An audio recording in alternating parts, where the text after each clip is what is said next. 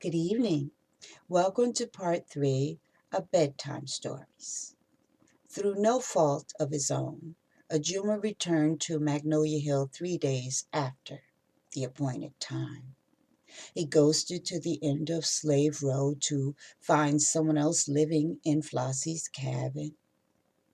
There was a blanket where the rickety cabin door had once been and broken pieces of wood lying about out front. Ajuma remained a golden mist, seeking Flossie's and Jacob's scent as he ghosted over every cabin on Slave Row. He searched the smokehouse, the mill, the boiling house, the curing house, and the distillery. He even hovered over the big house where the white humans lived. Flossie and little Jacob were nowhere to be found. Finally, he ghosted to the one place he deliberately avoided, the slave graveyard. For this search, he took on corporeal form, and now he was fully visible and more vulnerable than he'd ever been.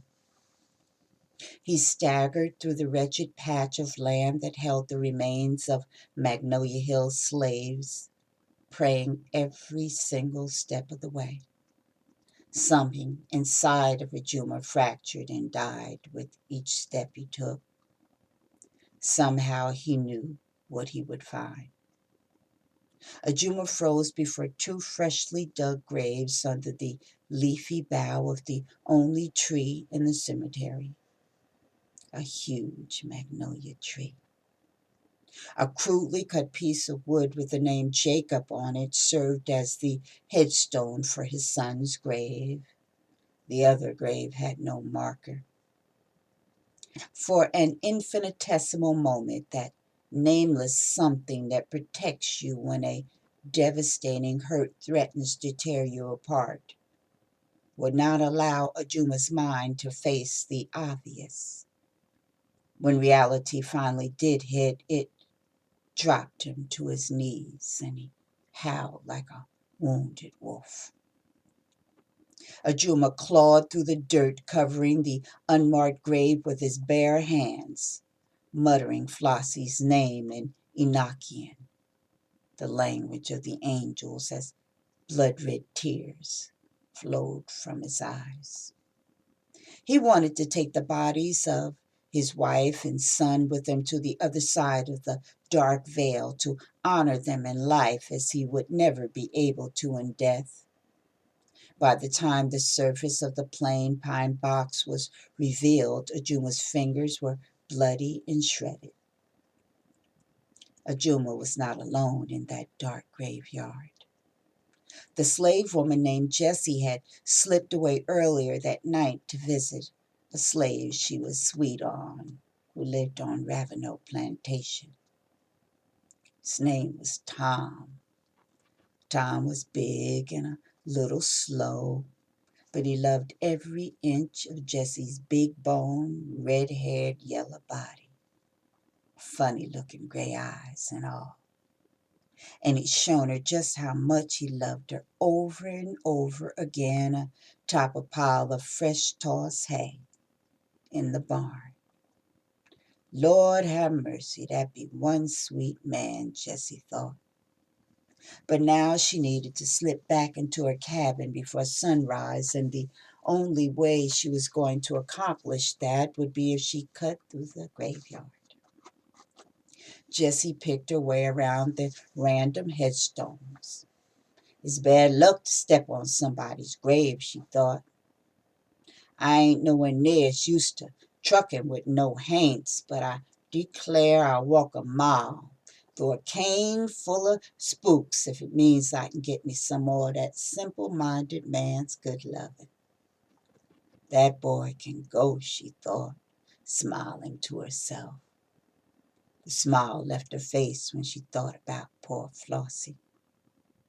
The only other midwife within 20 miles was an old slave woman named Reba, who lived on Ravenel Plantation. That's where old Massa Pleedemont had the coachman take Flossie for her delivery.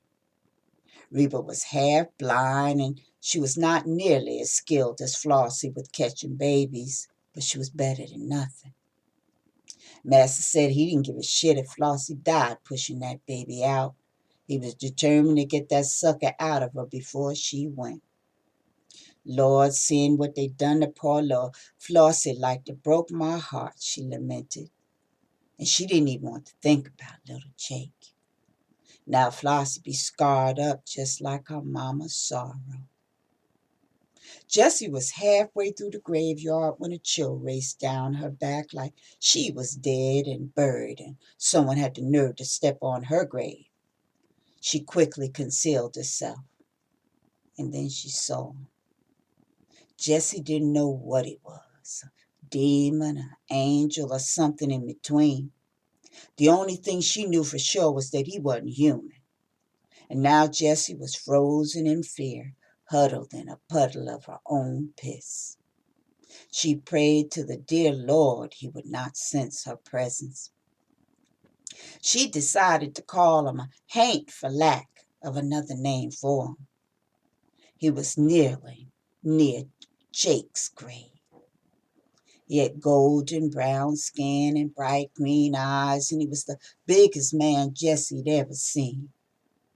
He looked like he was crying, but the tears coming out of his eyes were as red as blood. And oh God, his teeth, Jessie thought in horror. She clamped her hands over her mouth to keep from crying out. His teeth were long and sharp like an animal's, and he had claws to match. Curiosity temporarily overrode Jessie's fear when the Haint started to dig up old man Rodney. She asked herself, now, why in tarnation was the green-eyed Haint trying to dig up old Rodney? Before Jessie could puzzle out an answer to her question, 2 more Haints popped into the graveyard out of thin air. Jessie knew they weren't human either. I ain't never seen nothing human appear out of nowhere like that, she thought. One was as handsome as the green-eyed Haint, but the other one looked more like an angel than a Haint. He was blacker than the blackest African and so beautiful it hurt Jessie's eyes to look at him. The preternatural beings holding Jessie in awe were none other than Zion Shemyasa, the mighty king of the Nephilim, and Nicodemus Yerakabaramil, a member of the Brothers of the Dark Veil. It was the blood bond between them that drew them to Magnolia Hill.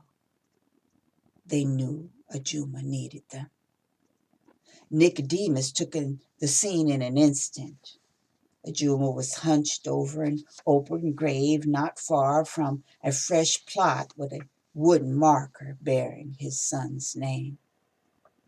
Nico could only assume that the open grave belonged to the human named Flossie.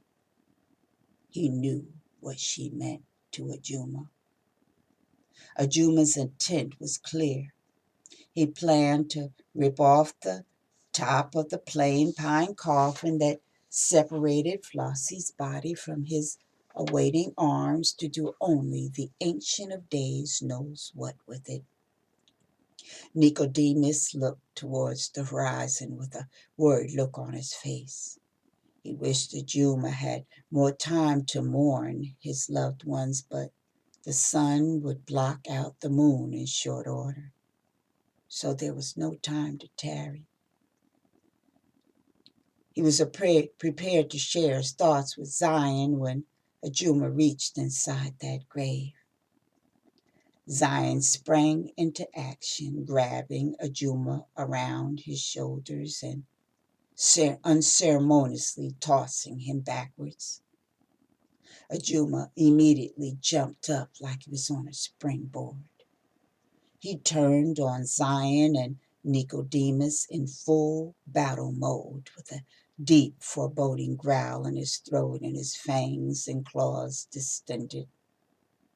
Zion cautiously cautiously backed away with both hands raised in an effort to calm him. "Take it easy, brother," he said. "We are here to help, not to harm." But Ajuma's mind was too shrouded in grief to understand. He attacked. It was all Nicodemus and Zion could do to control him. They didn't want to hurt him, but if they didn't subdue him soon, more likely than not, he would probably kill every single human on Magnolia Hill. And that they could not allow. The secret to their continued way of life was to keep the humans ignorant of their existence. "Oh, shit," Nicodemus muttered after barely ducking out of the path of one of Ajuma's lethal swings. Now he was circling Ajuma, looking for an opening. It would soon be sunrise. They had to get out of there immediately. Zion moved a rock telepathically to distract Ajuma. His ploy worked. And then he caught him in a bear hug from behind while Nicodemus punched Ajuma senseless. Nico said, "I'm sorry, man," as he delivered a paralyzing punch to Ajuma's jaw. They could not allow him and his uncontrollable grief to be the catalyst that would jeopardize the safety of the Nephilim nation. He pulled up one of the crude wooden headstones and slammed it against the side of Ajuma's head, dropping him like a sack of rocks. And poor, frightened Jessie witnessed it all. Jessie waited a long time before she could gather up the courage to move from her hiding place. And when she did, she ran for all she was worth, and she didn't stop running until she was leaning up against the inside of her cabin door. If she lived to be as old as old man Rodney, she would never ever forget what she seen this night. When Ajuma came to, he was in Baton Rouge. A pain so deep, so profound that it literally took his breath away, ripped through him. His son Jacob was dead. Flossie and his unborn baby was dead. And even though he was still breathing, he was as good as dead too. There was no longer any need for Zion or Nicodemus to restrain him. There was no more fight left in him. He was empty inside. And he didn't care whether or not he lived or died. Thank you for allowing me to yet again read an excerpt from my first book entitled The Bliss of the Grave. I can't tell you how much I appreciate each and every one of you that takes the time to travel with me on this journey. My name is C. Evelyn-Holland.